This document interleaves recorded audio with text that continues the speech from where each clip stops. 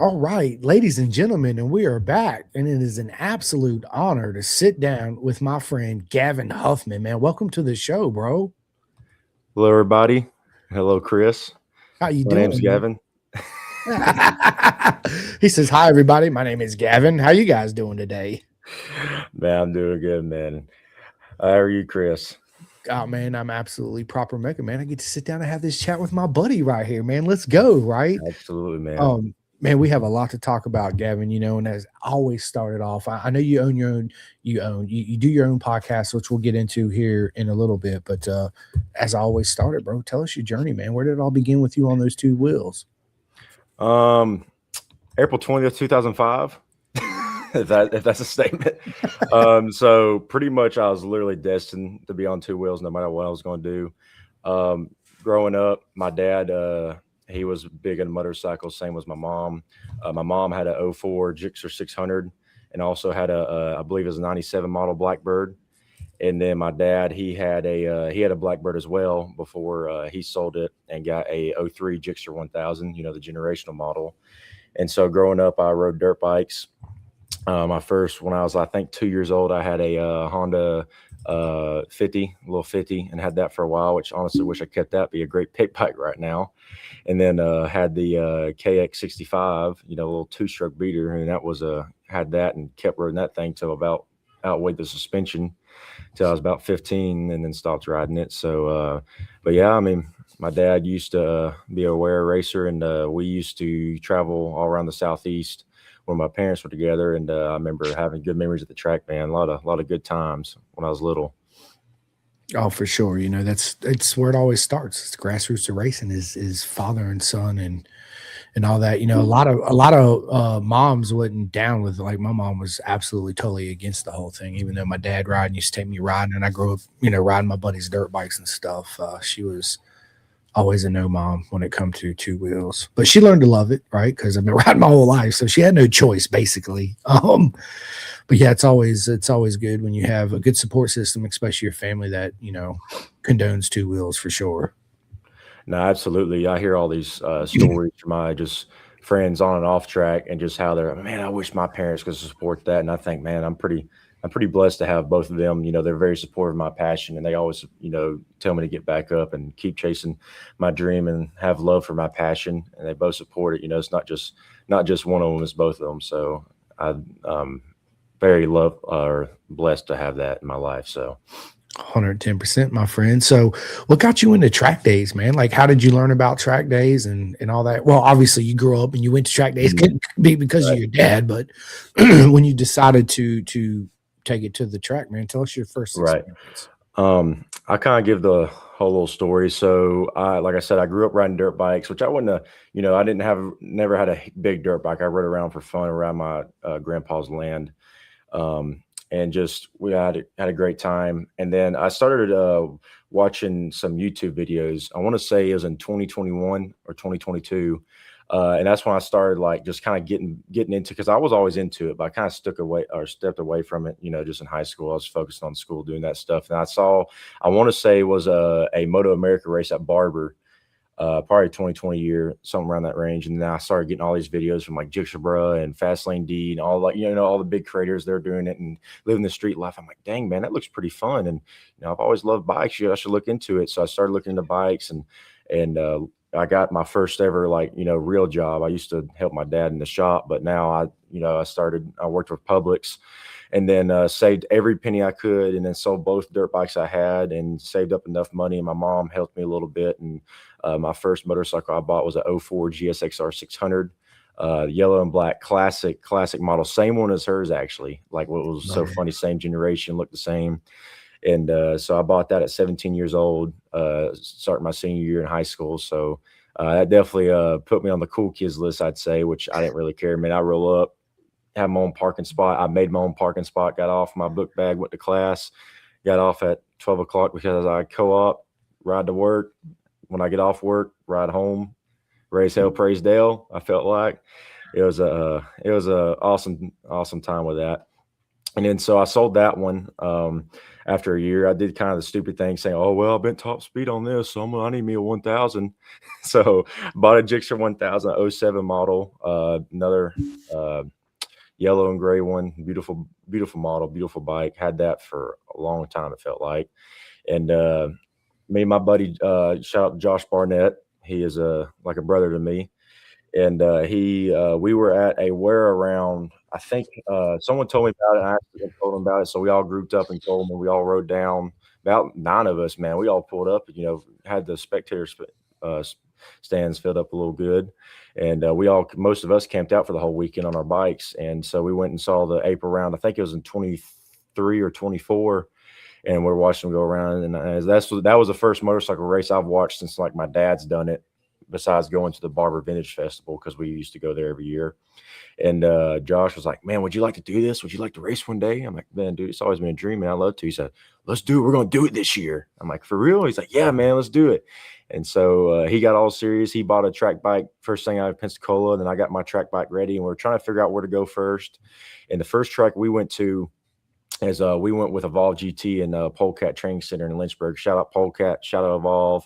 You guys are great. And Polecat's just a great track, man. Such a great track. I know I tell you all the time, my buddies all the time, it's a really, really good track to go check out in the middle of the woods. I love I grew up country. I love a country kind of lifestyle. Going out there, you have a great track in the middle of the woods, no phone signal. So, it forces you to talk to each other, which is great, and have a good time. And, but yeah, we did our first track day there, had a great time, and that's all she wrote. Got hooked ever since. That was it. Life is over at that point, right? Like, I love it, man. That's right. I love the journey and jumping from a 600 to a Gixxer 1000. I remember when my buddy bought his Gixxer 1000, I was like, let me ride that thing. I got it. I was like, holy shit, this thing is fucking beast mode straight up. Beautiful machine, man. He actually owned that bike for 5 years. He was a big CBR 900RR guy, right? And it kind of threw me for a loop when he bought a GSXR. I thought you was diehard Honda, and he's like, nope, I had to get the Gixxer 1000. So yeah, but fast bike, man, absolutely. We got to Robert Maxwell up in here. He says, "Bro, let's go, let's go, right?" And of course, we got the legend Paul McKee, bro. What is up? He says, "My dudes, bro. You the dude, my man." What's up, McKee? I know the dude that knows another dude. And that dude knows the dude. That's right. I just saw my tally, man. He did phenomenal. Yes, he did. Yes, he did. He got I just seen it. I actually shared the post. Proper mega job as always, Paul. It's the beginning of the season though, so let's go, right? First track day experience. Again, we said it, you're hooked from there. So where did it go from there? That first year, we kept doing track days. And then I want to say, so last year, 25 in April, I felt like I was ready. So we went to, of course, we did like every polecat we could.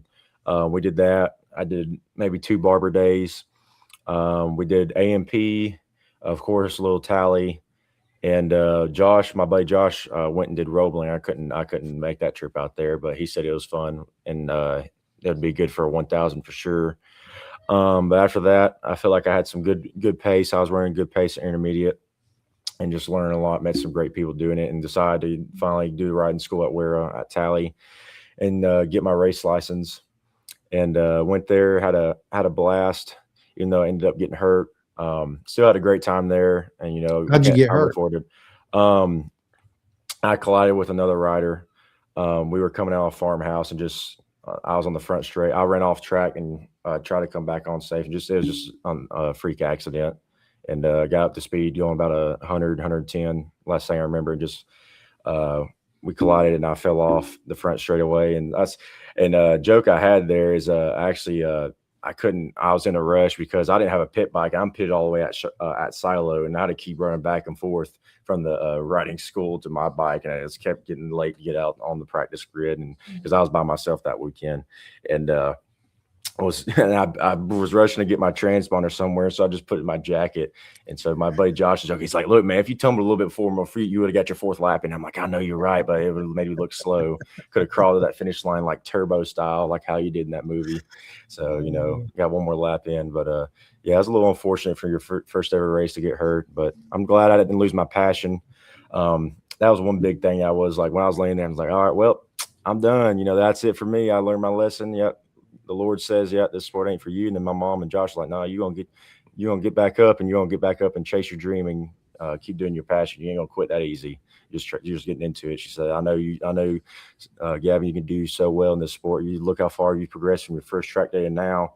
She says, this is just the Lord testing you. If you really want this, you gotta want it and do it and be dedicated." And I said, "Yes, ma'am. I'm gonna heal back up, take physical therapy seriously, get back to the gym to make myself feel better, get my legs stronger, and then take my supplements. There's plenty of those, and Yeah, and get back out there. And here I am, hopefully love it. making a big return sometime. Well, a little return. Was that after that crash? Did you struggle mentally from that? Oh, for sure. Everybody's got their own story. I'd say mental. The first 2 weeks were pretty bad because I never broken a bone. I was very fortunate. I never really was a huge daredevil, even though I did a little things here and there. But I'd say the mental part was kind of being at home and felt like you're kind of trapped. My mom did a great job taking care of me because it wasn't just I couldn't lay in bed and do nothing. I mean, I still had schoolwork to do. I mean, luckily my teachers, all the people at JSU, they worked really well with me. I reached out to the disability resources and let them know what's going on, and they just did everything online. And my teachers gave me like a whole month to do my work, which I did it in the first week after. But I mean, really appreciate them working with me, and so that was my main focus. I had to worry about that and then getting better. And but the mental part of it really kind of when I got back on my feet, I thought things would get better, and I had to adjust to my new normal. About the riding the leg and just uh, um,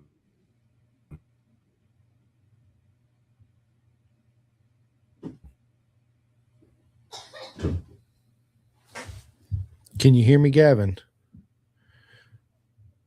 Because you completely froze up.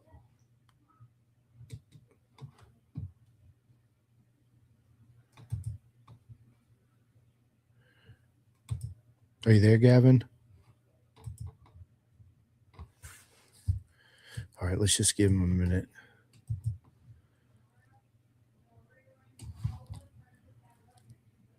Can you hear me?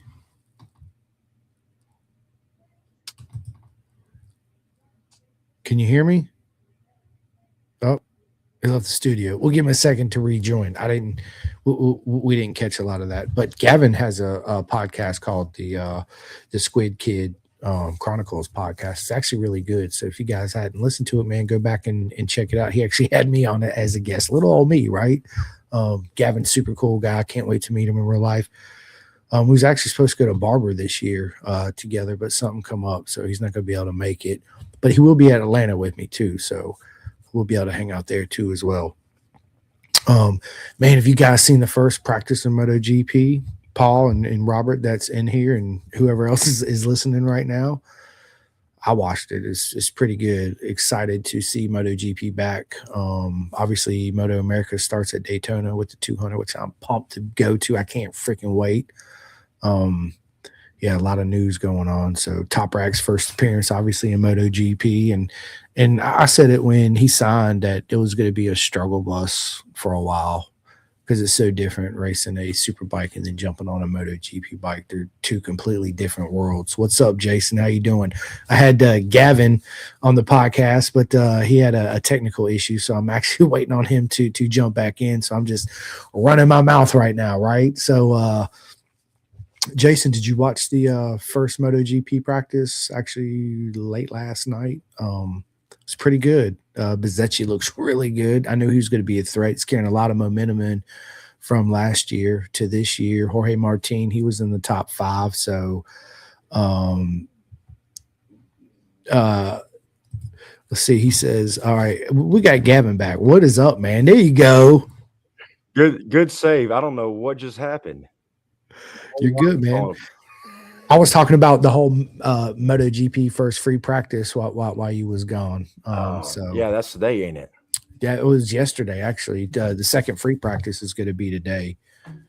Let me see what time. It's coming up here soon too, to be honest with you. Dude, it was good. I was just talking about we'll get back into your story, but Top Rack, his first appearance in MotoGP. And I said last year when I heard he was going to go that it was going to be a struggle bus for him just because it's 2 hours and 20 minutes. It starts the second free practice. So let's go. Yeah. What's that name? What name? There's one name I saw on TJU. Everybody was joking because the commentators are having an issue pronouncing his name like all day. Like that's a new Top Rack Razgioglu. That's it. him. Yep. Where's he from? Turkey. He's a Turkish rider, right? Awesome. So yeah, he was he's just dominated World Superbike. Mm-hmm. And now he's in MotoGP. Jason Bartlett says, "Hey Gavin." What's up, Jason? How you doing, my friend? Yeah, dude, Jason's absolutely great, man. He is, dude. So I did a MotoGP fantasy league again. So go to MotoGP, go to the fantasy league. You guys and girls put in Pin the Gas podcast. For some reason, I had to create 2 because the first one I did, it didn't save my gold and silver riders and my team and my manufacturer for some reason. So it made me do another one. So there's 2 on there. You could join either one of them. They both count, and at the end of the year, the winner's going to receive a prize. So you guys make sure you sign up. It's free. It's a lot of fun. So what happens if you lose? Well, it's just like everything else in life. I don't give away participation trophies, right? You just lose. That's it. You ever played fantasy football with your boys? No. Oh, you got to create something funny when you lose. That's the best part. Okay. All right. Well, you gave me a good inspiration and idea. I'll do go. that then. I'll create a funny meme of everybody that lost, including me, because I don't ever win my own. Somebody did ask me, they said, "Well, what if you win?" I was like, "Well, then it don't count because it's my league. It's rigged. It's rigged. He did it. Look at him. He did it again." Yeah. No, I haven't won any year. I've done it. So I've been close. I got to second in one league 1 year, like 2 years ago. But yeah, dead ass last trophy. Yeah, box of Kleenexes. There you go. Oh my God. So anyway, we caught. I asked you about coming back. The last thing we caught from you saying that was, the school worked with you really well about sending you the work, and you did it all within a week. And after that, it kind of went. Yeah. Hopefully my free Wi-Fi don't cut off again. I guess I don't know. Taco Bell internet strikes again. Yeah, I know. Yeah, Taco Bell internet. Living the fancy trailer life. Anyway, but yeah, no, I thought about when I was going to get up on my feet. I thought it'd be kind of all over there, which is kind of like only half the battle was getting back up. Honestly, through JSU, you have so many resources. So when I moved back down because I had to pay for the trailer and everything because I couldn't move my stuff out and have nobody help. And so I left everything in there and moved back in like midsummer and started looking for a job again because I lost my job getting injured, and it kind of threw a lot of things out of whack. And so I was looking for a job and just doing these different things. JSU offered free counseling services, and they actually had free sports counseling. I'm like, well, this seems perfect right here. Why don't I take this up? So I went in and talked to my counselor, and have one just for mental health, and also had one for sports, how to look at it. And, he's trained with some of JSU's best athletes, football players, basketball, how they come back from injury, and he taught me a lot about that. And it definitely did help. It helped so much for the mental health well-being of that, and then just getting back up and having to stay committed. Trying to stay physical, which I did slack a little bit getting back up because things got better pretty quick. I was very fortunate, which I think my youth played, because I'm only 20. My youth definitely played a big part of my healing factor, I think, to heal, because I went back to the doctor, I think, once a month at UAB, because that's where I got transported, and just had a great doctor, great team. I love the UAB staff. They were very kind. there's a little cons, but I mean, hey, it's a big hospital. I mean, you're gonna have pros and cons, but they have mostly more good than bad. Alabama healthcare, I've always heard, isn't the best, but UAB is like one of the top in the state. So I was very glad to have my surgery and my services there. I'd say I didn't want to, I was joking in Huntsville. They call it the amputee or amputated place, because you go there and you have a pretty messed up leg. They're not even going to try to fix it. They just like, well, we're living the Civil War times. We're going to chop that off, and that'll be the end of it. That happened to a one rider I've heard of, like his story, and he was on the street and got into a pretty gnarly accident. His femur and everything was messed up, and I feel like could have been fixed. I mean, just kind of looking at it, seeing surgeries that have been taking place today, and he went to like a trauma center and they just cut his whole leg off, and I was like, dang man, that sucks. Felt really bad. Just I mean, but UAB, great place, is all I gotta say. And then other than that, and more just kind of took time. Like them first 2 track days at the track were very, very hard. I rode polecat for the first time. So I got hurt in April last year. I was back on track. I think end of I can't remember if it was June or July. I want to say it was July, if I remember correctly. No, it was June. It was June, end of June, and got my track bike was was back together. Shout out to Josh again for that, because he was one of the ones, like I said, he told me to get back up, and within the first week he's like, look man, you order the parts and I'll fix the bike for you. I'm like, man, you ain't gotta do this. He's, look man, just don't even worry about it. It's just I want to support you in your dream that you're trying to follow. And we'd pretty much talk on the phone every day. We'd video call, and he'd put his phone up on a tripod, and he'd show me working on the bike, having a good time, and just we chatted up, and women just felt like the boys hanging out and all that, and had a lot of good support, man. I feel bad that I can't remember all the names, but I had so many people from the wearer community, or just people who knew of me, reach out to me on Messenger, or try to talk to me, or just comment, all that love. It was really needed in that time, because I've never been through anything like that. And, I had a few people who would call and talk to me every day, and I'm very grateful for them. And just, we had a great time.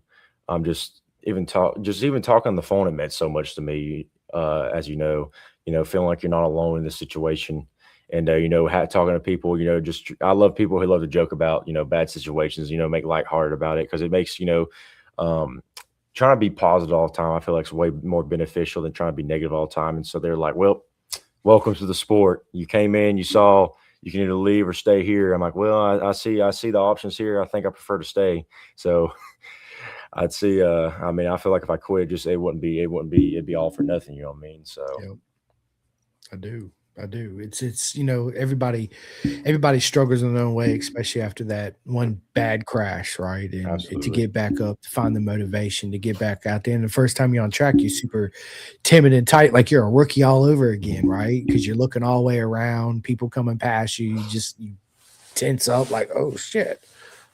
Yeah, we all go through that, but that's where it's important to have that good support system around you too, as well, at all time, to push you physically and mentally, right? Right. So yeah, absolutely, man. So once you come back, you recovered, you got back there out there on the track. Was that the last track day of last year, or how many track days did you do after that? No, there was actually a few. So the first one, like I said, after I got injured, was polecat in June. And then I want to shout out Eli Mazer, very, very well known in the community, great guy. And in August, he hit me up. He's like, man, what you doing this is the, where, because my goal was, I wanted to have a goal, was I was going to get back on track for that if I was ready, which I wasn't, just not ready. So I just threw out my head, and my money was whack. And so he's like, man, what you doing this weekend? Because I made a post, and I was like, man, not really doing nothing, because I was down here at JSU. He's like, man, you want to come give me a hand, pit for me this weekend? It's my first wear weekend. I'm like, yeah, sure, let's do it. And I got a pit shirt from him and everything, and I was just doing it for free. He's like, look, man, just to help you out, I've heard your story, and support you fully. I'm on, here's for helping me out. Here, I'm gonna get you a track day at STT Friday. And dude, I was like on the phone like, tearing down a little bit, like, man, this means so much to me, man. I mean, I cannot believe it, man. And he's like, go get your bike and come on. So shout out to Eli for that, man. He just really, really supportive of that in that nature, and just I supported as much as I could that weekend, and I hope I gave him good advice. And he improved, I want to say like 4 seconds that weekend, and now he's just like he talked in the pod last night. He just has improved so much, dropping down. Now he's even faster than me. So now I gotta make up some work now, because now he's in the 106s. You know, just I'm happy to see all these people get faster, man. It's such a good thing. And so I had that track day. And then my next track day was September in Polecat. We had September and October rounds. And October, dude, was the fastest I've ever felt on a motorcycle. Running really good. I'll tell this story because it's so funny. So there's been a huge joke with me and my track buddies at Evolve that I can never get in intermediate with Evolve, because every time I've done it, something bad's happened. First time I tried to get bumped, I actually wrecked. It was the first time riding my track bike, and my clip-on came off. So that wasn't good. So that was like, I looked down, I was like, oh, this ain't good. And I look, oh, I'm going to a guardrail, tuck and roll. Did not get hurt. Very proud on that. And then thing number 2 was just I went through like 4 different coaches, because they're like, yeah, go over here and get with him. And I get with this dude, and he's like, man, you lost me. I can't evaluate you if you lost me. Well, I'm thinking, well, man, speed it up. Come on. I mean, we're moving. And then that was like one day. And then October came, and I got with shout out Tony Scott.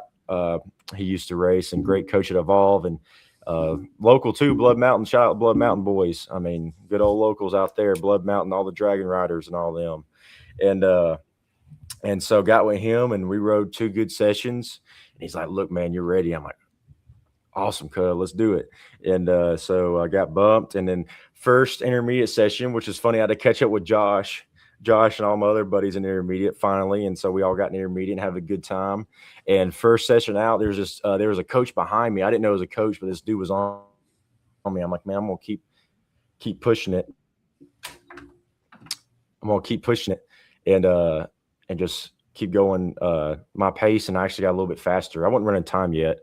And so we just were doing it. And this coach, he finds me and comes in my pit. And he's like, man, dude, have you ever been evaluated for advanced? And I'm like, dude, don't give me an ego, dude. This is my first session in intermediate with Evolve. He's like, look, man, you're rolling good, man. I'm going to have to go talk to Owen. He's like one of the fastest guys there. And he's like, look, I'm going to talk to him, see if you're going to get bumped. I'm like, appreciate it, man. But I'm like, look, man, I just got intermediate. I ain't trying to like go from novice to advanced in one day. That's like that'd be a crazy story, but like just it definitely would be funny. But I thought it was a hilarious story that coach literally came in and said, look, man, you should be in advance. I'm thinking, he's like, I'm trying to give it my all, trying to catch up to you. I'm like, dude, don't give me that, please. But yeah, it was a good day, man. I had a lot of goals I reached. My dad came in. He's like, son, I'm so proud of you, because he came to watch me that day. He's like, man, you've just gotten so fast. I'm glad. I love when my dad's there watching me. Just we have a good time, good father and son bonding. And I love him teaching me different things, and me getting faster off his advice is great. Look at this right quick. No, I look like a shadow.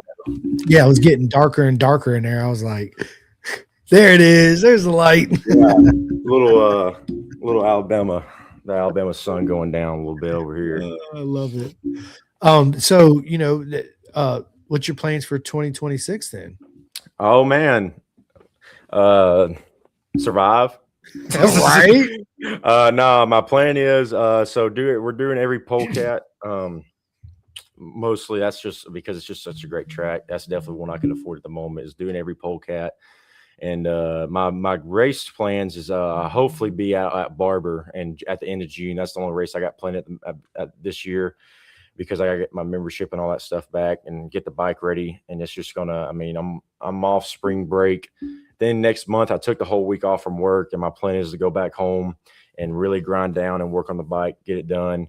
There's little few mechanical things I get straightened out, nothing too major, but just, mostly cosmetic, because I'm tired of the bike looking terrible. Because you know me, I try to, make the Squid Kid brand, which it's not official now. It's kind of more just, word of mouth, it's something fun to do. I got a hat now I bought for $5 on Amazon, I'm just trying to have a good time. And so I'm trying to make the bike look pretty presentable, and stuff like that. That's my big goals. And of course, we talked about it on the phone the other day, but I'm coming down to Daytona. Big big surprise for me because I've never been to Daytona.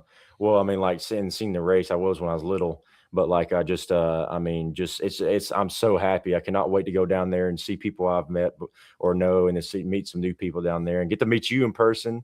We're gonna have a good time, man. Just, I mean, gonna come down and stay the like half a bike week and got some people I want to meet too outside of the bike life down there. So it's gonna be a great time. I mean, regardless, dude, I cannot wait. So Dude, I can't wait to meet you down there too, man. That's Mega News called me and told me that. I was like, yes, because I asked you earlier and you was like, no, I'm not gonna make it. And then you're like, I'm making it. yeah, I know. Yeah, that's just the big surprise. There's that, and there's also I'm going. My plan is I think we talked about it. Hopefully, I'm going to be at Road Atlanta for Moto America. I missed it last year because of being injured, but Road Atlanta is one of my favorites. And I'm Yep. actually, oh yeah, I didn't even talk about I'm going to be at Road Atlanta next month for Precision for the first time. Man, I cannot wait for that. It's going to be a good time. Yeah, it's gonna be a proper mega time. I don't know. I might be able to make precision uh at the end of the month, maybe. I don't know. We'll see. We'll see how it plays out. Commentate, Um go and commentate.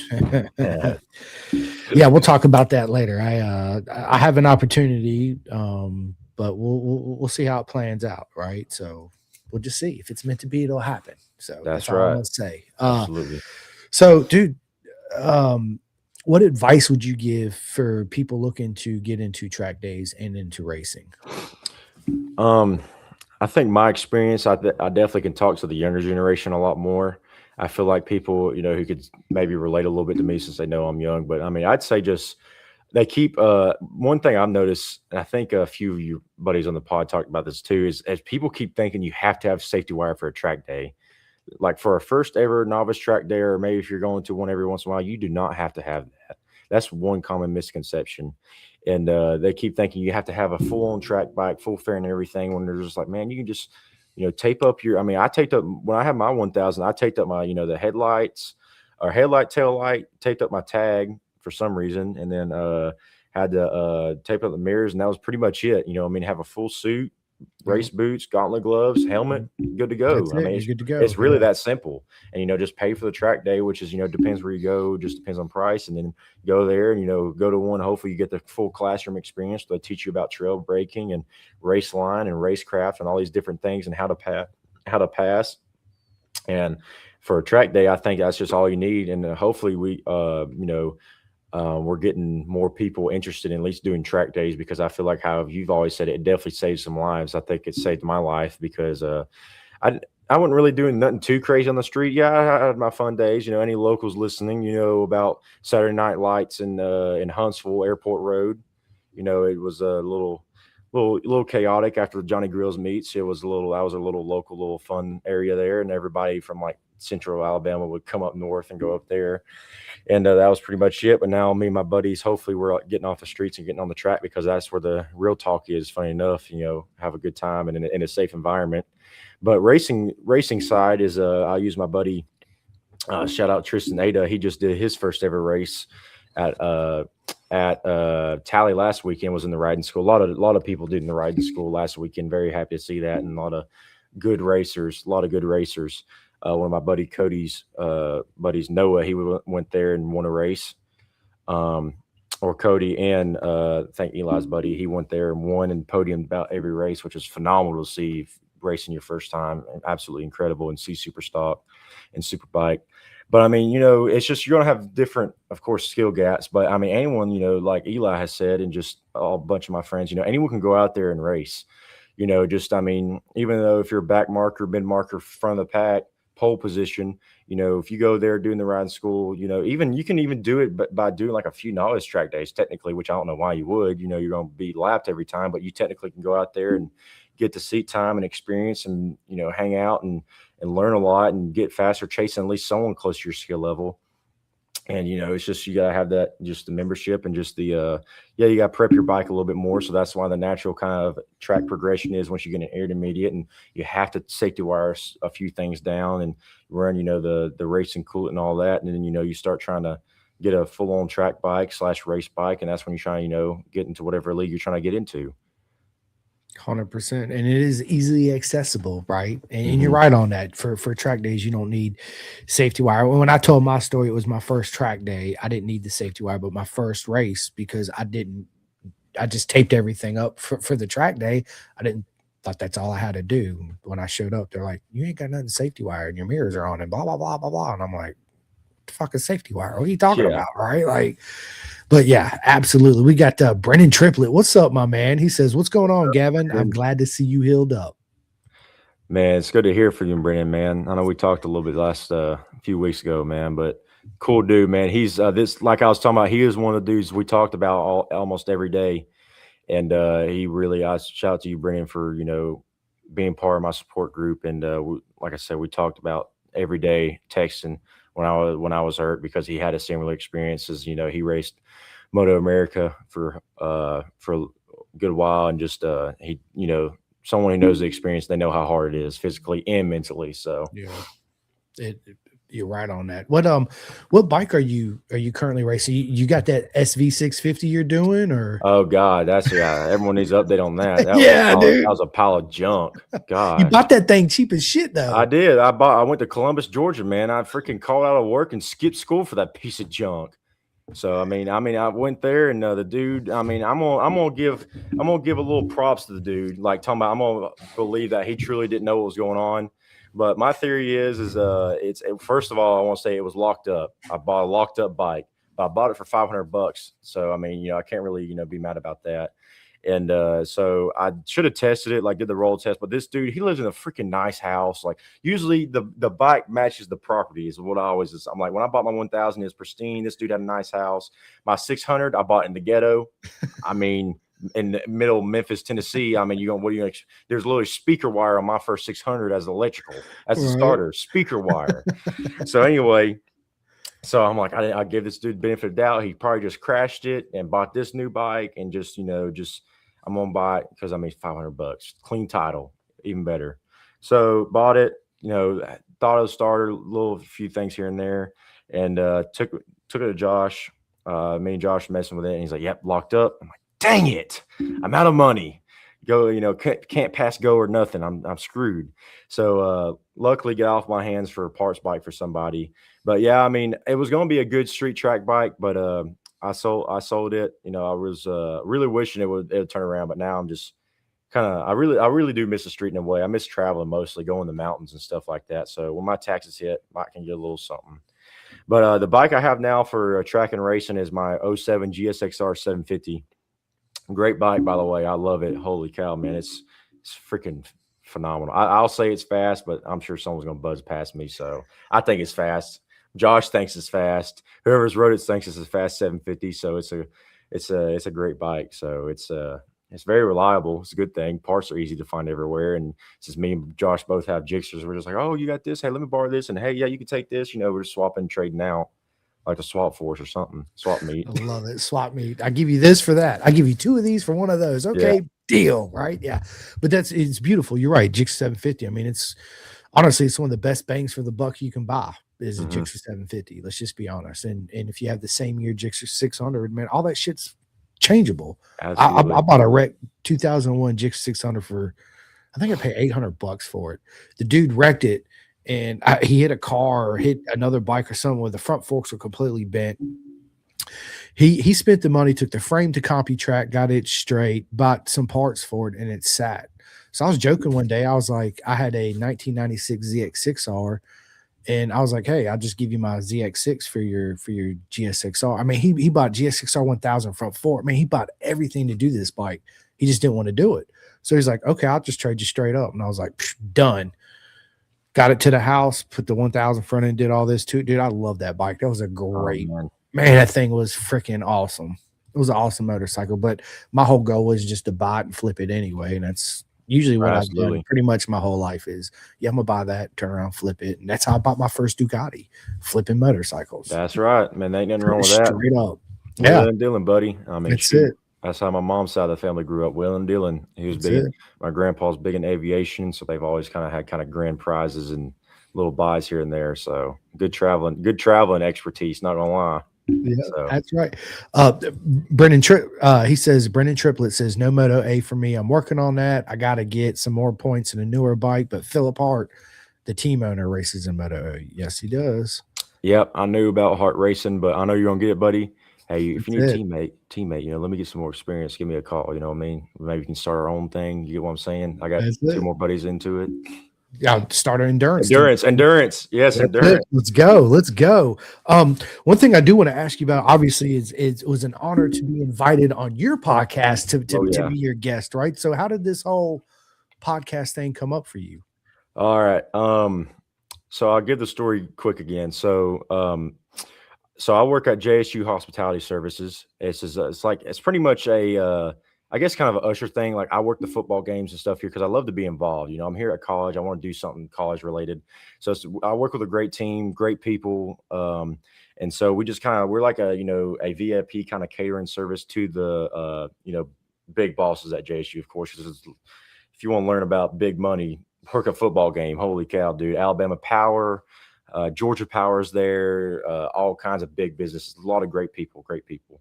So anyway, working here, a big singer, his name is Randy Owens. Any old head listening maybe know who he is. He's just the singer for the band called Alabama. One of the most successful country bands of all time, big during the 70s and 80s. So his singer went to JSU and graduated there, and he has his own suite and everything. So doing my job, I actually ran into him and talked to him. And I shook his hand. And he's like, "Where are you from, Gavin?" I'm like, "Oh, man, I'm from Coleman, Alabama." He's like, "Look, man." He's like, "Do you do radio shows?" I'm like, "No, sir, I don't." And he said, "Look, you got a great voice. You should look into. I've owned the radio stations for about 40 years. You should look into doing that." And I was thinking, man, he could be being nice, or two, I better be looking into his radios now because coming from a Grammy or winning singer, you better be looking into that. And I told my dad this. He's like, "Man, you should have asked him for a job." I'm like, "Dang it, you're right. I should have."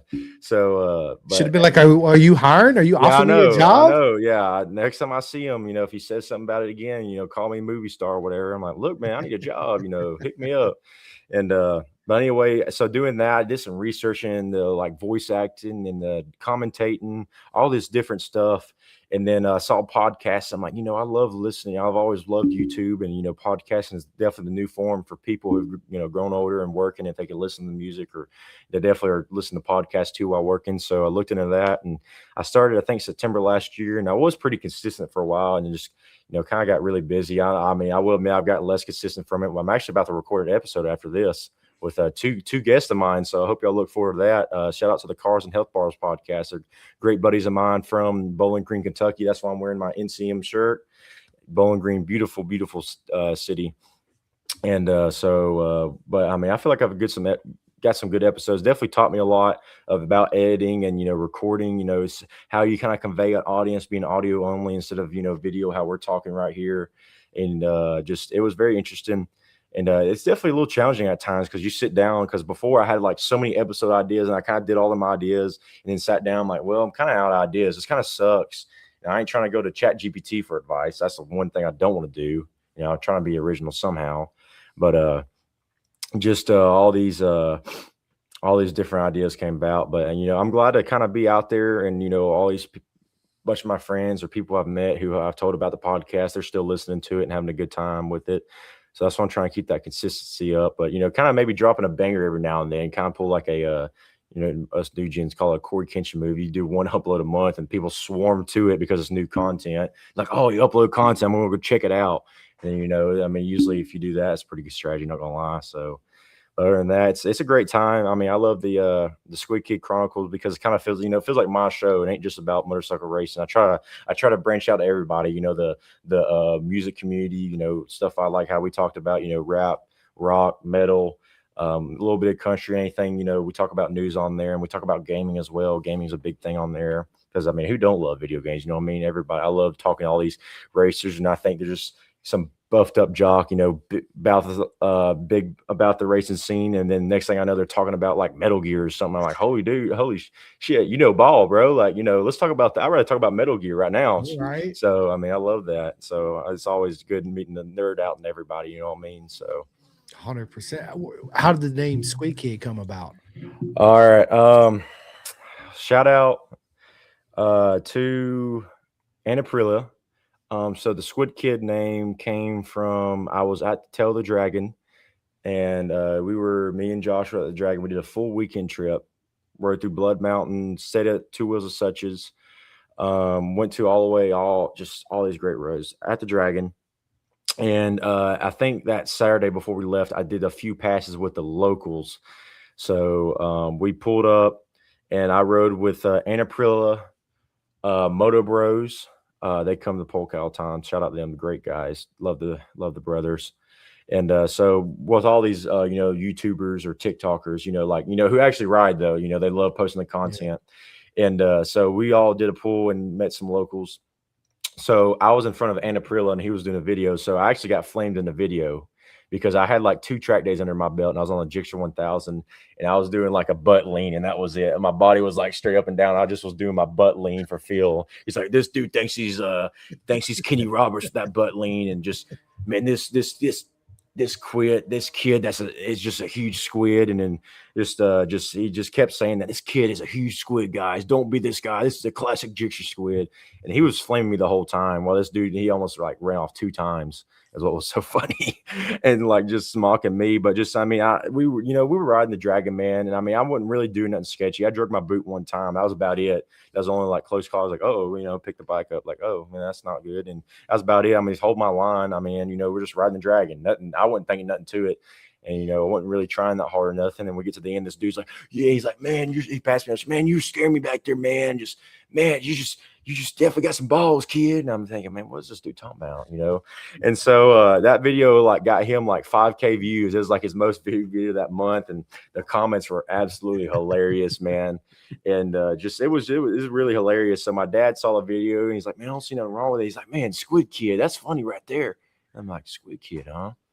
He's like, yeah, that should be your name. Screw Squidbilly Race, make it Squid Kid. And I'm like, that's a good idea. So give my credit to my dad for the name, not gonna lie. So, but I think it's unique, man. The Squid Kid. I love the kind of young squid persona doing crazy shit. The all gas, no, or all balls, all gas kind of lifestyle. You know what I mean? Full speed or nothing. So That's it. going crazy. Listen to Metallica.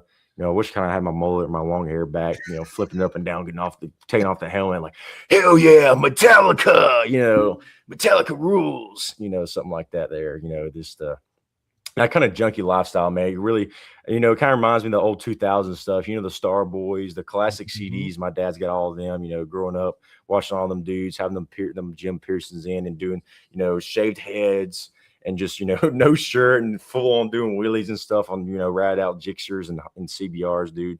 That was the stuff back in the day, man. And I miss that, not gonna lie. That was the really old do. days, old school days. Man. I actually hung out with the Star Boys back in the day when I went to MMI in Phoenix. A buddy of mine that I met was actually good friends with them. They were in Las Vegas, and they made a trip down there, so we got to hang out with them for the weekend. They were pretty cool. They were wide open, I'll tell you that right now. Mm-hmm. They're just regular dudes like me and you, just like anybody. One thing that I've learned doing this, and man, making so many friends in the industry, from just everybody, you name them, we're all the same. We're all the same, right? Whether you're Josh Hayes or Gavin or Eli or Brennan or whoever, right? We're all the same. We're all human. We all have likes and dislikes, and it's absolutely amazing. One thing too, man, is people don't realize how much work goes into doing a podcast, right? They think you just turn the camera on and press play or record or whatever it is. You do more than I do, because I tried to do the whole editing thing and I was like, bro, forget this. I'm doing everything live from now on. Mm-hmm. So I'm gonna edit nothing. I do a little bit of editing. Like I'll go through and edit out our little your little Wi-Fi Taco Bell internet mishap right there. My bad. No, you're good, but that's it, right? Other than that, I don't. And I'll create shorts, but I don't even do it. StreamYard does it for me. Thank you, StreamYard. I love you, right? So I don't have to do anything. I just record it and upload it and render it and create shorts, and it does everything for me. Yeah. So it's but other than that, it's still a lot of work. It takes a lot of time to reach out. You say reaching out is pretty easy, but then you set up a pre-phone call. This is the way I do it. I set up a pre-phone call, and then I'll set up a video chat so we could sit, meet and greet, make sure the audio and the video is going to work, and do all this, and come up with, ask you if there's anything you want to talk about, and then doing the podcast, setting it up. paying all the money for all the services, but I'm either constantly shooting emails, I'm on the phone, I'm doing a pre-video chat, on top of working a full-time job and being a husband and a dad and everything else that goes along with it. One thing that I realized too is how selfless I become, meaning that I, di- I didn't even realize I'm doing it, right? Because I'm just so involved in doing what I'm doing that, I tend to put everything else on the back burner, such as my wife and my son. And because I'm constantly just doing this, doing this, doing this, you know what I mean? Um, which is kind of crazy to think about. You don't think about it when you're caught up in the moment, though. You know what I mean? Um, but podcasting, dude, has changed my life, and it's been so fun. Got to meet people like you and be on yours, and you're on mine, right? And it's good to catch different angles of and different views and opinions from everybody too, as well. And then we get to sit down and collaborate and talk shit and have fun. And Absolutely. bro, this is what it's about, right? So, dude, hey, listen, I wish you the utmost. I say this to all my friends: whatever visions and goals you have in life that you want to accomplish, bro, I hope you achieve them 10 times over. And I'm just glad that we are friends in the what I call this short life, right? Forget the That's right. podcast, forget all that other crap. That's what it's about. So 110%, man. Absolutely, Um, man.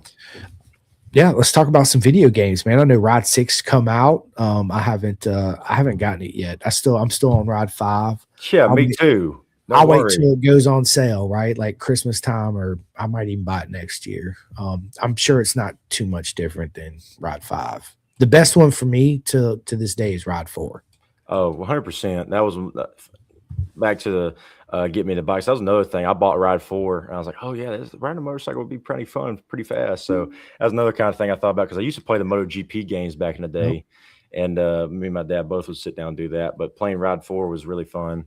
And then the Ride 5 came around. I bought that. That was my freshman year, and I bought it and for like $80 pre-order and all that. And then I sat down. I'm like, this is just Ride 4 with better graphics. I'm like, I wasted my money.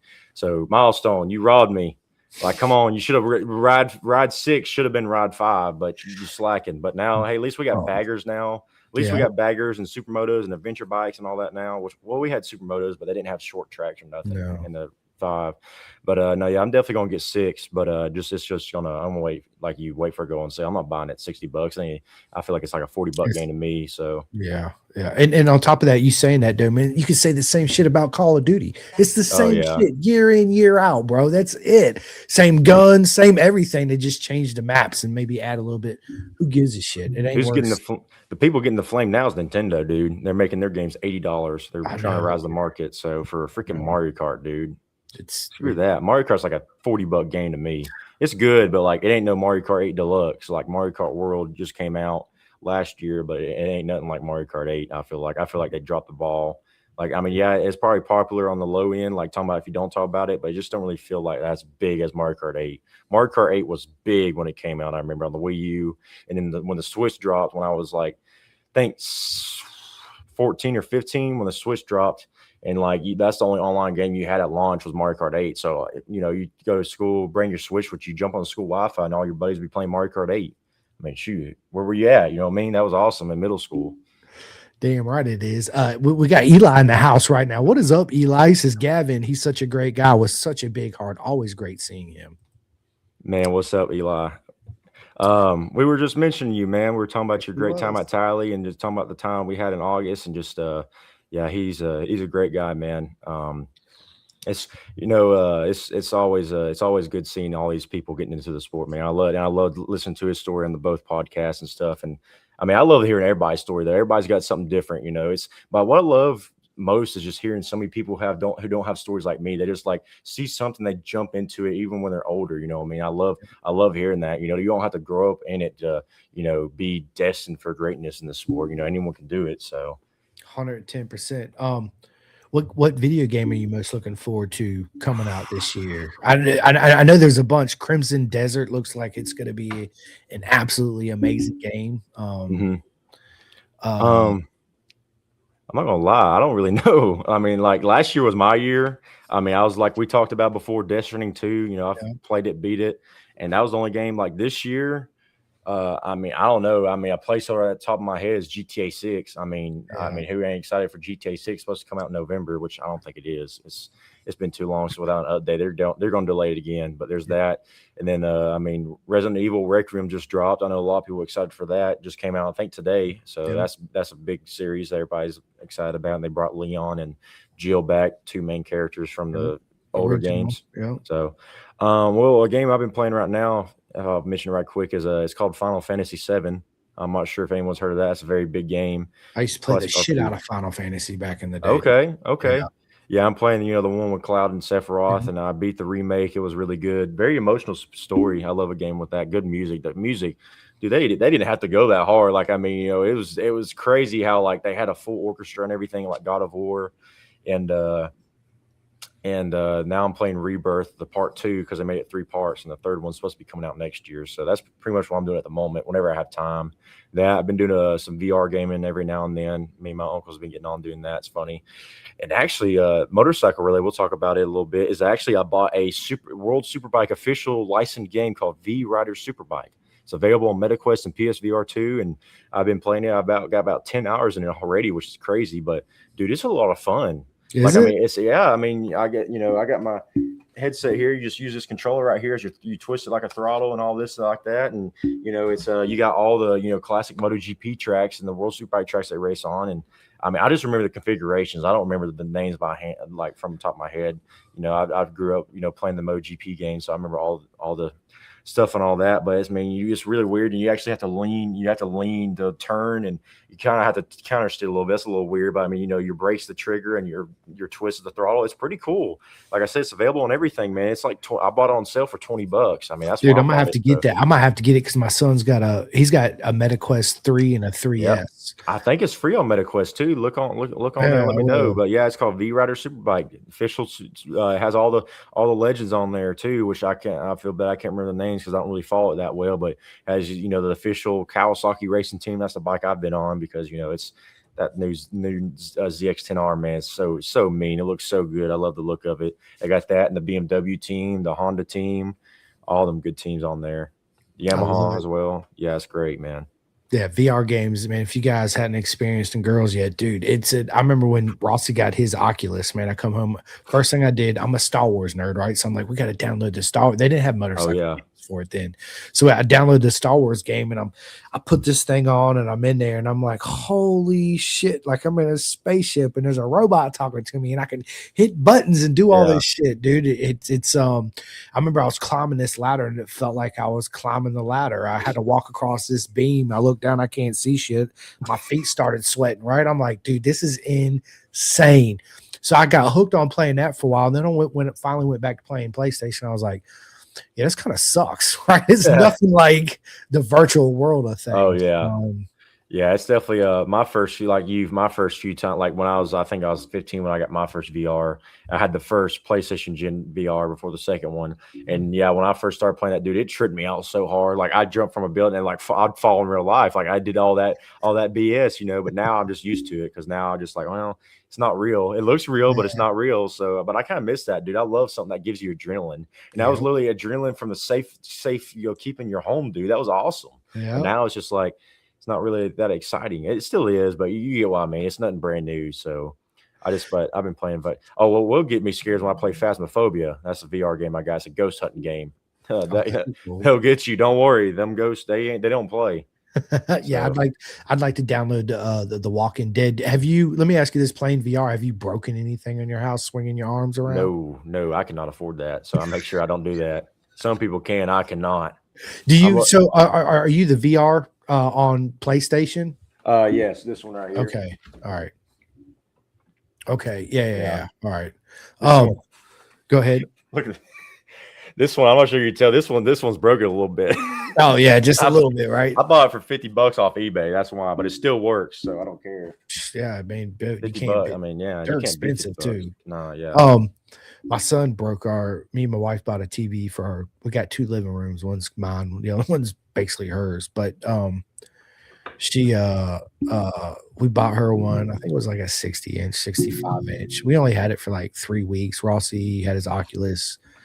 See, this was December, so January, mid-January, into January. We're in there eating dinner, and he's in there playing his Oculus. Next thing you know, he freaking smacks the TV with his fist and busts our brand new TV. Yeah, yeah, he was highly upset, but I was just like, dude, it's an accident. It happens. And I was like, dude, you need to set your boundary, bro. Like, don't. So I don't know about the PlayStation, but the MetaQuest Oculus, when you get on there, um, you could see everything, but you set a boundary, and within the Yeah. circle of the boundary, your arm, so you can't hit nothing, right? And the closer you get to the boundary, it's like it turns from virtual world to like coming out of it, which is it's kind of cool. So you can see, but kids, they don't pay attention. They just smack. But yeah, a lot of fun. Absolutely a lot of Absolutely. fun. So I was talking earlier when you left and come back in about MotoGP, bro. This season has Mhm. started. Did you get a chance to watch the FP1? I sadly did not. I'm not gonna lie. I don't really watch MotoGP nowadays. I mean, I keep up with the stuff, but I don't watch it live. Like I said, I mean, now my MotoGP is just Moto America, dude. I mean, I feel like it just applies a lot more. Which MotoGP is great. Don't get me wrong, but I would really love to go to Coda and watch MotoGP one day, so I can see how fast these guys are in in person. That's something I've never seen before. It would be great to go out there and see them. But I love showing out for Moto America for sure. But yeah, them guys in MotoGP definitely different breed. It's crazy to people. I don't think a lot of people realize that everything they have is only exclusive to them. Their tires, the bikes, everything is exclusive. The only thing you're gonna see that you can get is maybe a replica, but that still ain't the real thing. So Not at all, dude. I can't believe you've been. I've been to. Shut up for. I've been to a shit ton. I've been to Laguna Seca '05 when they first come back to the mhm, United States. I went to every MotoGP race at Indy except for the last year, and for the past 7 or 8 years, I've been to Coda. So I've been to a buttload of. Listen, it's cool. It's a lot of fun. You get to see the bike, smell the gas, but it's nothing like Moto America. It's right, not open. You can't get back in the pits. You can't unless you buy a $400, $350 pit pass, and that's limited. I mean, it's as a fan standpoint, it's cool to go see him on track and in action. But as far as being used to being in the Moto America paddock and just walking up to Jake Gagne or Cam Bobier or whoever you want to meet and greet and get pictures on, that's absolutely not going to happen in right, MotoGP unless you have that pass. Every once in a while, the riders come out. They have a fan walk where you can come out in front of the garages. They open up the garages. Some riders come out, but it's not a lot of them. Now they have a new thing called Fan Zone. They started the last 2 years. I went, but in order to get it, you still had to pay $350 to have that VIP mhm, exclusive pass just to get back there to see it. But now, it used to be with the pass, you can go back behind the garages. So you can go back where the riders come out of the garages to go to that. You see the Alpine Star and Ducati and all that, where they go in and eat and all that. So you're walking in between there, so you get to see everybody come back and through. But with the new fan zone, they have it sectioned off where the Moto 3, Moto 2, and Moto GP riders all come out. Well, each class separately, and they all make their rounds. So you're guaranteed to pretty much get a picture and an autograph from all of them, which is really cool, but it comes at a cost. right. Instead No, of the absolutely. $100 for the whole Moto America weekend, you can meet and greet anybody you want to, right? Mhm, BSB is the same way. You can show up to BSB and you pay your whatever it was that weekend, and you can meet anybody you want. Nothing's sectioned off, which is really cool as far as a fan standpoint go. But it's still something you should experience. I'm not knocking MotoGP at all because it's right. absolutely amazing. Oh, for I'm just sure. saying, as a fan standpoint, if you've been to Moto America and that's what you're used to, that's not how it's going to be when you Mhm. show up. Um, Does she have a the Ducati and the MotoGP one? Ain't that I think Ducati Island or something or Ducati Zone? yeah, well, the Ducati Island, yeah, Ducati has a thing. It's called Ducati Island, Ducati Easties, right? So if you have a Ducati, you show up. It has certain things that if you have a Ducati, you got to show them your VIN and your registration, so you're an actual owner. And yeah, Huh. I mean, it's cool. It's.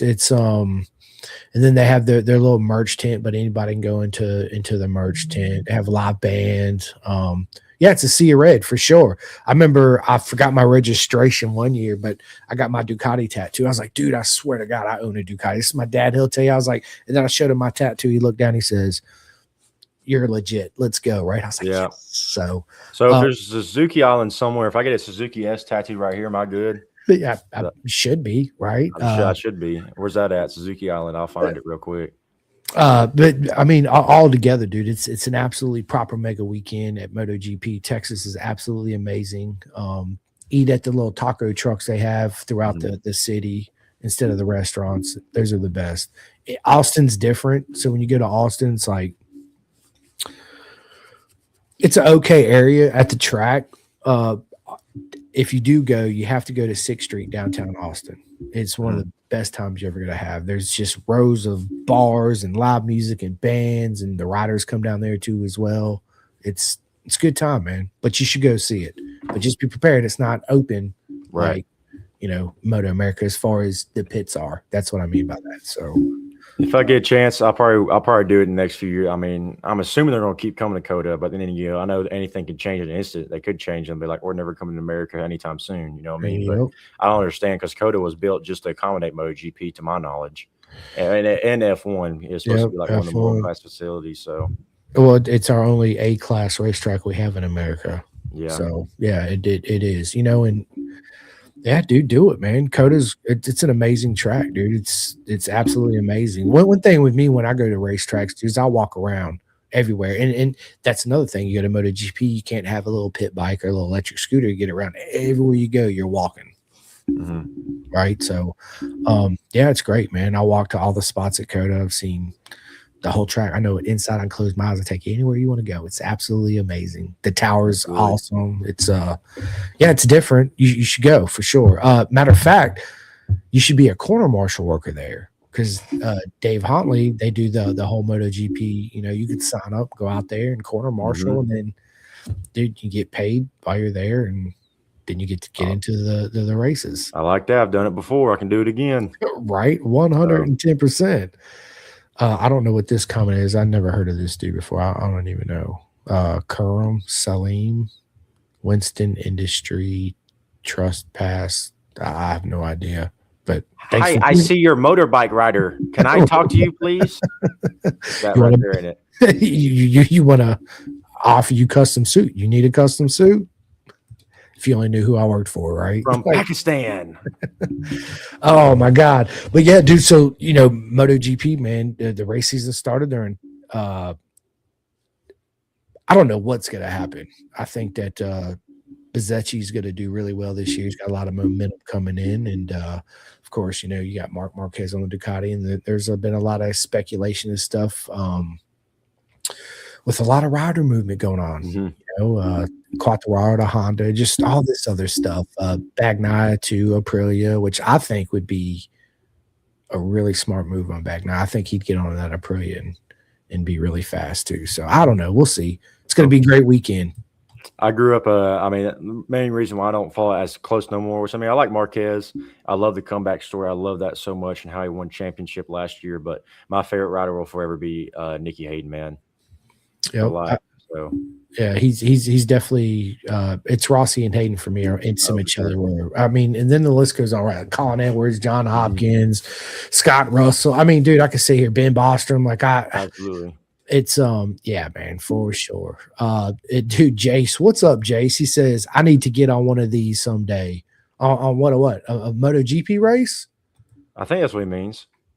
Yeah, you should go for real. You should go. You should go to a MotoGP race. You should, dude. Forget that. Go to BSB, man. I'm telling you, that is where it's at. If I had a choice, straight up, if I had a choice for somebody to say you can go to any MotoGP race you want, or you can go to any BSB race you want, I'm going to BSB. Straight up, that's where I'm going. Same thing for the TT. You can offer me any MotoGP track in the world, paid for, whatever. Nope, take me to the TT. But that's just me personally. I'd love to go to TT one day. Me and my dad need to go. He says, Jace, okay, I now understand. He says, no, your podcast. Which one? Which one? Yeah, hey, come on, both. Come on, both. Come on. Yeah, dude, Jace, dude, just shoot me a message. I'll get you on mine. Shoot Gavin a message. I'll get you on his. Yeah, you got two. You got hitting two, or what's the saying? Killing two birds with one stone. There you go. There you go. Right? Yeah. Jay says I'll be in Austin in March for MotoGP, man. Listen, enjoy yourself. It's so typically what I do when I go to a MotoGP race. First thing I do when I get there is I go to all the merch and I buy everything I want to buy straight up. And then I go to my car and I put it up and then I go enjoy the rest of the weekend. Because I've learned from the past, if I don't, I walk by and be like, oh, I'll go by there and get a Rossi shirt later or a hat. When you go by there, it's they only got smalls and mediums, and I'm a large, but they're European sizes. So yeah, good luck. Do I need to do the same thing for Daytona? No, absolutely You not. think the merch will still be there? Yeah, for sure. 110%. GP though, everybody goes and gravitates, and they did buy every fucking thing up, dude. It's crazy. But yeah, it's still a lot of fun. Jay says we're doing big things with LM2, Chris. Good dude. Absolutely amazing program. Big shout out to Rob Oliva and Jason Bartlett and Owen and dude, yeah, proper mega. Jace, I can't wait to sit down and have you on and chat all about it. Same thing with Gavin right here. Don't forget, shoot us a message. Dude, Daytona coming up, right? So I can't believe I'm leaving Wednesday, dude. I got my suitcase down here. Matter of fact, when we get done, I'm gonna start packing. I got my list right here, my checklist.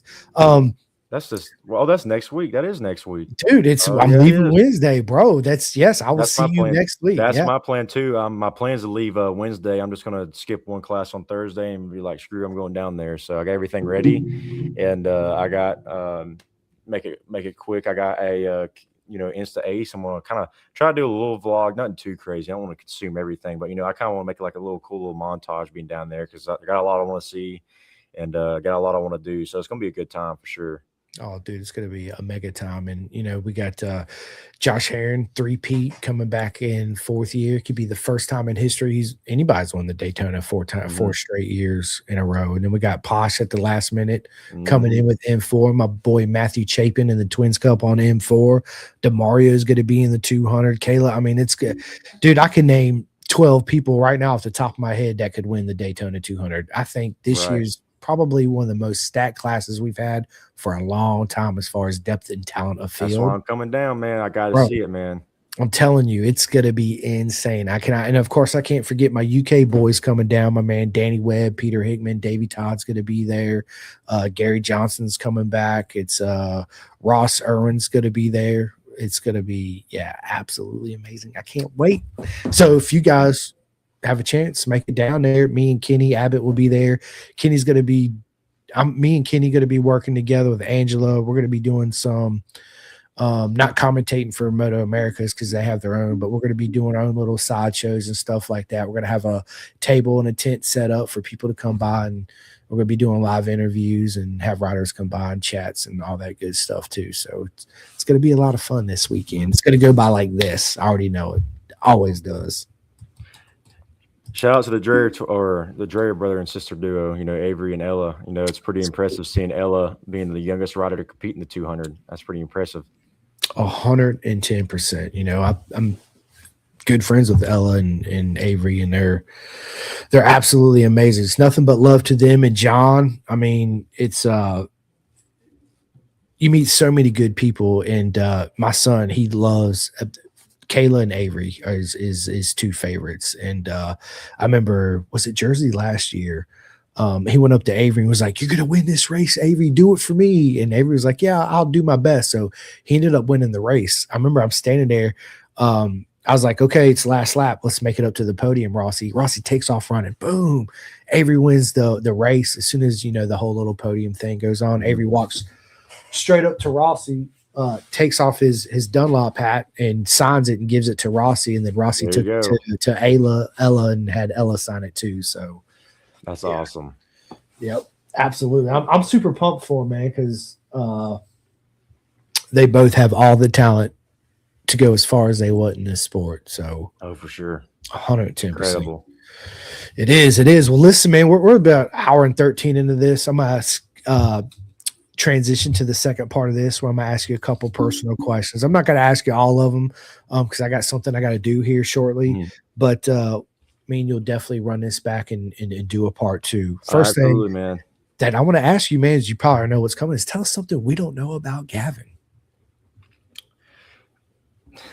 Dang it, man! I said I was prepared. I'm just kidding. I'd say I want to say that I'm a big nerd, but I feel like that's kind of obvious with my knowledge about video games and stuff. But like, I mean, um, trying to think what I've never said before. I don't know. Usually I try to be pretty open. Oh, so funny enough, I'm actually a big. I guess it would be something I never talk about. I'm actually a I mean, I love hunting. I'm not a big time hunter because I know one of my buddies going to call me up right now. So I get done and says, "You better, you better shut your ass up. You ain't no big time hunter." Which then again, he hunts every single day. So my buddy Peyton, he the big time hunter. But compared to this generation, like new gen, I mean, I like to hunt. You know, I went deer hunting all last year with my buddy out in Gadsden. And I grew up, you know, I asked my dad to take me hunting because we have a lot more hobbies besides, you know, motorcycle racing. We do that. We love to golf. We've talked about golfing before. And, you know, and just, of course, sports, you know, love talking about football. And, of course, a lot of my family's big on baseball because both two of my cousins played in college and one went semi-pro. And, Nice. yeah, big congrats to them. And they both, it was funny when my cousin married a Atlanta Falcons cheerleader. So talking about getting the bag, you know what I mean? So me, I don't know if I can out top that, but you know, I'll see if I can do maybe get a MotoGP umbrella woman or something down the line. So, but anyway, but yeah, I love to hunt, man. I love being outdoors, which that ties into motorcycle riding. You know, me doing my when I had my 1,000, dude, I could pull up a whole portfolio of pictures, man. Just going to, well, of course, the big one's the Dragon. I've been just all these small towns of Tennessee, backpack camping, dude, and you know, I pull up and people will be like all on their cruisers and adventure bikes, and I'm here on a Gixxer 1000, the bag on the back, and they're like, "Man, what you doing out here?" "Oh, I'm camping out for the weekend, man. What you up to?" "Man, you're camping out on a Gixxer 1000? That ain't comfortable at all." I'm like, "Well, as it is to me." So, see ya, I'm gone. And so, yeah, it's pretty fun doing that. But I mean, you know, I'm looking forward to turkey season this year. Last year I missed out, you know, can't really kill them for my bed, but you know, uh, deer hunting a pretty good bit last year. Saw a bobcat. That was pretty crazy. I was praying to God it wouldn't climb up my tree because it's during bow Right. season. Yeah, it's during bow season. So Peyton had the bow. I didn't have nothing. So Peyton was like, "Man, you better jump down and beat with your own hands." I'm like, "Yeah, I'm gonna get killed doing so, but oh well." But just so we're just having a good time, man. The boys hanging out in the middle of the woods. You know, it's always fun being in just the primitive nature, man. I advise anybody just to get out. You don't have to hunt or nothing. You know, go out and camp, but like don't do like a normal campground, which is fun. But you know, if you get out like in the middle of the woods, like primitive camp, you know, do it safe because you can there's definitely you can get screwed up out there with the wrong animals. But it's definitely fun, dude. When you're thinking, you know, you get out there, reflect, look at the stars.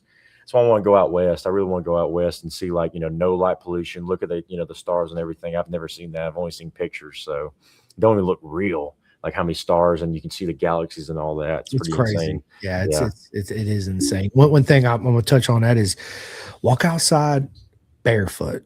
I love it. It because then you're naturally connected to Absolutely. the earth, right? You got to be barefoot. I love it. It's one of the greatest feelings in the world. For Um, sure. what do you do for work, bro? So I work in retail. You know, like I mentioned, I started working off of Publix, but I'll say I'm not even sure. I work at Walmart right now. I mean, you know, people know me. They know I go to school full time. I work full time. So, I mean, I just stock them shelves, you know, at night. Just listen to podcasts, man. Love listening to podcasts and just jamming out, keeping me pumped, man. You know, to hopefully keep my body moving, trying not to be tired because, you know, I just got a lot of stuff to do because as soon as I get off work, got to go to class. Either, you know, it's either two or one a day, and then after that, go hit the bed, wake up, do it all over again. Rinse, recycle, repeat, man. It's That's it. making time go by fast. It's either a good or bad thing, but you know, I'm a junior. I'm finishing up my junior year now because we're about halfway through, you know, the semester. So almost to my senior year, man. I just can't wait to be done, man. I'm so ready. I loved my school life, and I'm glad I went straight from high school to college and didn't stop and was able to you know, thank you, Lord, for allowing me to have the opportunity to move out and just, you know, go to an actual, you know, really good university because I'm a first generational college student. Both neither of my parents went to like a, you know, a big college. My mom went to community college for cosmetology. And then my dad, he didn't go to college. He just worked and he actually went to Suzuki school though, which is, I mean, I feel like it's a huge statement up in, I think in the Carolinas. So he went to did that and he's certified in working on Hondas and Suzuki's. He's, you know, lived the power sports life, working in dealerships and stuff like that. So it's always a great thing. But me and him have a kind of bond over that now because I'm working overnight and he's working overnight as well in his factory job. So we it's funny. I can call him up pretty much anytime at night. Hey, Dad, what you up to? And he's like, oh, I'm on lunch, son. What you up to? Oh, just stalking up the Frito Lay. Messing around, touching all these nuts. Yeah, I love right. it. Yeah, so You know me, I like to grab nuts, Dad. that's So I'm right. stalking So a shit ton of them. yeah, Love it's a it. good time, man. So it gets me by, man. It keeps the bills paid I got. So I love life, man. Yeah, it might sound a little, man, that sounds pretty hard, but hey, man, if I wasn't busy, man, I don't know what I'd be doing. Is what I look at. I'm glad I got a good passion, good community. Being part of all my, all the joys in life and stuff, and trying to, keep a good smile and keep on moving through, man. That's one thing I wish more people were about. And I definitely see that working at Walmart. Don't worry, is I wish people were more passionate about life. Like, I mean, dude, you live once. You talk about you live a short life, dude, and even if you have a big community like we do, and you usually maybe expand it like to like this, there's still a huge world to explore and see, and we won't get to see it all. Is the thing that is upsetting, but we can do a lot and be satisfied. I'd hope so. That's the one Dude, magical thing about it. with you saying that, I had the legend Horace Sager on earlier today. If you Mhm. guys missed it, please go back and watch it. He told me, he's like, I told him I'll come to the TFT. He said, when you come? And I said, I plan on 2027. It might be a little later than that because it costs a shit ton of money to go. He's like, Oh, for sure. don't wait. He's like, he said his story. He said, I had a friend. I kept telling him to come to the TT with me and the Macau and all this. And he kept saying he would, he would, he would. Well, he finally retired. And 3 days after he retired, he had a heart attack and died. So he didn't do anything he Mm. said he was going to do. Right. So life is short. If you want to do it 110%. So, yeah. What's your worst habit, bro? My worst habit: Yep. playing video games too much. I kind of keep that easy. I mean, there ain't nothing wrong with having a stress reliever, but I mean, dude, in my downtime, I really want to de-stress and chill out and hang out. It feels like I'm hanging out with family because all my family plays video games too, which is makes me very happy. My dad used to play as well, and so we get on and really have a good time. But man, next thing I'm gonna look, it's like 4 or 5 hours have passed. I'm like, oh shoot, well, I probably don't need to be spending that much time. But dude, I mean, just it's really a good de-stressor, a little takeaway from life. It You got is. all this going on. So everybody's got their own thing, but It is. now if I be doing it like 10 hours a day, that's an issue. But like, I mean, if we have a big gaming session, don't really hurt every now and then. But we No. shouldn't do that as much. But I feel like, man, every time I do, I'm like, dang, man, I could at least take an hour or something, take a walk outside or take a run or hit the gym because I got a free gym really like within walking distance here on campus. That's state of the art facility with a rock climbing wall. So would be nice to hit that sometime more than I do. But man, I'm just that graveyard shift kills my soul, I swear. But Yeah. so it's all worth it in the end, though, is how I'm looking at it, man. I'm just looking at it because I'm really gonna do it until I graduate. So 110%. And with you saying that, man, especially when you get in a video game that's just got such a great story, it's like you feel like you're part of this journey, like The Last mhm. of Us, bro. Oh The yeah. very first Last of Us game was one of the best game. It was such a great game. And the Mhm. story was just absolutely magical.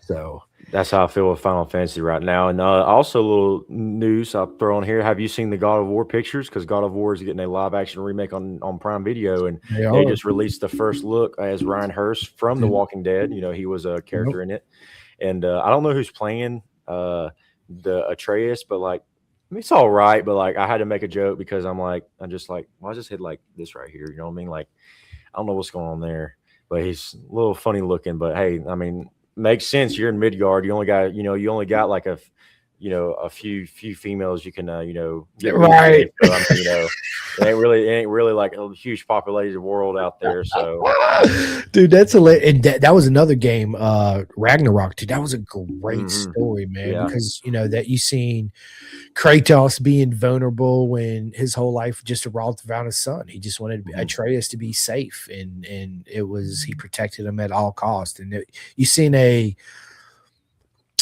human element to Kratos during that game, which I really enjoyed. It was a great game, man. Paul McKee says, "Leaving Wednesday. See you boys there." Yes, oh shoot, let's Paul gonna go. beat it. Let's do it. All right, Yeah. we're gonna have to throw a party or something, boys. Oh yeah. Party in the campground. Y'all pull up. That's it. We will. Absolutely, we will. Let's see. Do I want to save the rest of these? I'm gonna ask you one more, and the rest of them I'll save for Absolutely, bro. next time, dude. As I always ask my friends that love Moto America and racing, money no object, at all, Gavin, your career's over with. As far as race career, you have your own Moto America team. Okay. Mhm. What's the manufacturer of bike you would have, and who are the two current riders you would put on your motorcycles? So current or anytime rider? Current You're talking about riders. okay, and Moto America. Okay, so money no object. All right, Squid Kid Racing full effect. Everybody out of the way. We're coming in and we're dominating with a GSXR 1000. We need a new era. We need the old Yoshi era back. Put that Yoshi on there. M4, we're taking you down. I'm bringing the Tim Yoshi back, and we're gonna bring Brandon Posh, and I need Brandon Posh and I'm trying to think someone who'd be like me, just like a shit talker, just living on TJU, just having a good time, just all balls, no gas, Ricky Bobby style. So I'm gonna bring Brandon Posh and I'm trying to think who could be like a Cletus McFarland part two. I don't know. Look, I'll say it. Max Van, might as well. Let's bring Max and Brian Van onto the team. I think that's the ultimate setup right here. I think we can make some good lasser here. So I see the marketing potential. So Dude, it'd be great marketing potential on that crew for sure. Yeah, that'd be great, man. Good. Hey, you go out there and win a championship with that team for sure. I think so. I think it'd be fun. It'd be a fun championship's the point. Like you just out there, yeah, we're trying, but man, we're out here, BS and having a good time, having a good laugh. They ain't gonna want to put us on the Moto America camera, but we're gonna put it on that Facebook camera, on that That's Facebook it. story. That's it. Absolutely. Well, listen, dude, I appreciate it so much by you coming on the podcast, dude. I had a proper mega willy good time. You guys stay tuned because me and Gavin's definitely going to run this back sometime this year for sure. I'm gonna let Gavin in the podcast as I let everybody does, but first I got to give a couple shout outs of my own. First and foremost, as I always say, if it wasn't for Gavin and everybody listening, liking, subscribing, watching, I would not be here doing this. So it's nothing but love to each and every single one of you. Big shout out to K-Tech Suspension. All my racers out there in California need to sign up for the Racer 411 program and mentorship. It's absolutely amazing. I got two friends that make undersuits in the industry. They're by far the superior undersuits to anything else I've ever personally tried. First one is Tate from 64degreeracing.com. The second one is Mama Aliki. You guys can go to venomsport.com. I got three friends that also make graphics in the industry. Whether you want your helmet wrapped, your dog wrapped, your wife wrapped, your bike wrapped, whatever you want wrapped, they can make it happen. First one is Dripping Wet, Chris Grzul. The second one is Reese Brody from REB Graphics, and my third is Gus Rodeo at GRG Designs. Big shout out to Chef Eats. Absolutely most proper mega meal, super healthy. Throw them in the microwave, boom, you're good to go, right? So look up Chef Eats. Big shout out to my sponsor out there in the UK, the clothingkings.co.uk. You guys can go to that website and order all your Pendergast merch. Everybody's always asking me about my soft shell jacket and my beanie hats. That's where I got mine from.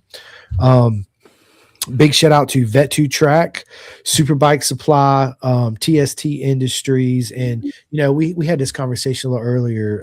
If you anybody that's been in an unfortunate accident that's maybe missing an arm or a leg or both legs or whatever, and you feel like you can never ride again, that's bullshit, because you guys can go to tbexusaexperience.org and sign up, and that will get you back out there riding again. It's an absolutely proper mega program. One last thing on me is, listen, people, if you need anything, keep it in the sport, keep it within the industry. Don't order that shit off of Walmart or Target or Temu or any of that bullshit, right? Because when you do that, Pakistan. Yeah, dude, you might save 10% or whatever it is, but listen, you're hurting the industry by doing that. Keep that shit within the industry, okay? And yeah, that's all I got. This episode will be out here in about 30 minutes, Spotify, All Heart, and all that good stuff. But Gavin, tell everybody where they can find your podcast at Squid Kid Chronicles. That was a tongue twister on me there for a second. I know it's out on Spotify for sure. Oh yeah. Next time on Pin the Gas Podcast Z. There you go. There's throwback. So yeah, guys, Squid Kid Chronicles is on Spotify. If you'd like to check it out, you're welcome, more than welcome to. Would love the support, and hopefully you find it funny. My goal with it is just to make you laugh. Forget what you're doing. Hopefully not driving. That'd be pretty bad. I ain't trying to cause car accidents. And anyway, it's on YouTube as well. Squid Kid Racing. I'm trying to start a platform on there. I made a funny little video on there with just certain track content. But here's that. And then you can find me on all social media, Squid Kid Racing or Squid Kid 22, TikTok, Facebook, Instagram, all the good stuff. I like to. I can do shout outs, right? Yeah, So absolutely. yeah, I want to thank me. I'm just kidding. That's a Snoop Dogg reference. I'm not that Yeah, ego person. That's that Snoop was Dogg. He said that. hilarious. Yeah, He yeah. He was did like, that. man, He's I like, want "I'd to like thank to me. thank I want to me." I was thank like, me and me for trying. I mean, but anyway, not for real. My people, I want to shout out, man. My whole track crew at Polecat, man. That's kind of where we're born at. But man, just shout out to my brother, my friend, my step-in father is what we joke about. Josh Barnett. Todd Morrissey, Taylor Thornton. I think that's how you say his last name. Taylor, my buddy Taylor. Houston Jones, man, fast dude. Can't wait for him to start racing. Tristan Ada, you did a great job at Wera. Can't wait for him to come back with us to Polecat. JC DeMoss and Brandon DeMoss, they started tracking with us last year. All them good people, all the people that evolve, pretty much just really the whole community. All the precision coaches, we did A&P with them last year. They were great. STT, Trevor, all of them were great people. Richard, all of them. Shout out to Kevin Horney, great dude. He started with STT and worked his way through Ware. Love Kevin, dude. Can't wait to see you at some Moto America paddock, probably Road Atlanta this year. All of them. I want to shout out my parents, my dad, Greg Huffman, my mom, Chastity McBrayer. They both played such a big role in my life. And just I think that's pretty much it. That I think off the top of my head. All the great Ware community. Ware, you guys are awesome. I love coming to see y'all. Paul McKee, Eli Mazer, Brian Smith. Oh my gosh, so many people. Stick Boy and Penis Man. If you know, you know. Good old the Kramer boys. Aiden Cook, Woody, good old Woody Racing.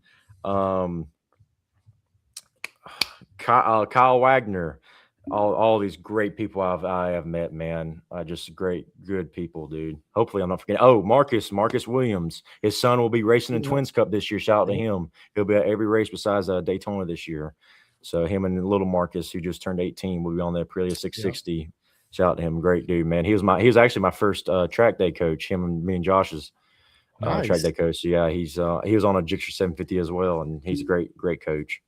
Love it, man. I love it. Well, listen, on that note, man, this has been a Proper Mega podcast, man. Again, it's been an absolute honor to have you on, man. Thank you for taking your time out of your day to jump on here and have this conversation with me. Looking forward to getting you back on. And more importantly, dude, I can't wait to see you at Daytona, bro. I know, bro. Let's go. Wait. I'm so pumped, bro. I'm so pumped, dude. I can't wait to get down there, dude. It's going to be awesome. I got my suitcase right here. That's one thing I'm going to do when we get off here. I got to grab me a bite to eat real quick, take a shower, and start packing up my stuff for Daytona. I'm riding the on the back with like a marker on my window. Says it's gonna say Daytona or bus. So that's it. Take a picture of it. It's gonna be funny. I like what Cletus did. So, but yeah, we're gonna go down there blasting that music. Daytona. Everybody remember that game from the arcade, the Daytona racing game? Yes, sir. Classic. It was a classic. I used to play the shit out that game too. Yeah, it was awesome. It was fun as shit. But anyway, on that note, I'm out of here. Gavin's out of here. You guys make sure you go to Spotify, check out Squid Kid Chronicles. His podcast is absolutely amazing. And for those that are coming to Daytona, I will see you there. Gavin will see you there. Right. New episode Tuesday, by the way. Squid Kid Chronicles. Y'all check it out. It's gonna be funny. There you go. Tuesday, new episode drops. 7 a.m. On the way to Daytona. On the way to Daytona. Good. I have to listen to that on my way to Daytona, right? So on that note, I'm out of here. You guys have a proper mega weekend. Don't forget to watch MotoGP because it's getting ready to come up here shortly. And yeah, let's go. Gavin, just hang on with me for a minute after this is over. Absolutely. See you guys. See you, boys. Calling all two-wheel enthusiasts, get ready to rev up your earbuds with Pin the Gas Podcast, the ultimate motorcycle racing podcast, hosted by Chris Simcoe, one of our very own excellent leaders here in Roanoke, Virginia. With expert analysis, behind-the-scenes stories, and exclusive writer interviews, Pin the Gas Podcast delivers the adrenaline rush of the racetrack straight to your ears. Whether you're a diehard fan or a curious newcomer, you'll gain insights that will transform how you watch and understand motorcycle racing. On your favorite podcast app, join Simcoe as he takes you on a high-speed journey through the world of motorcycle racing. Pin the Gas Podcast.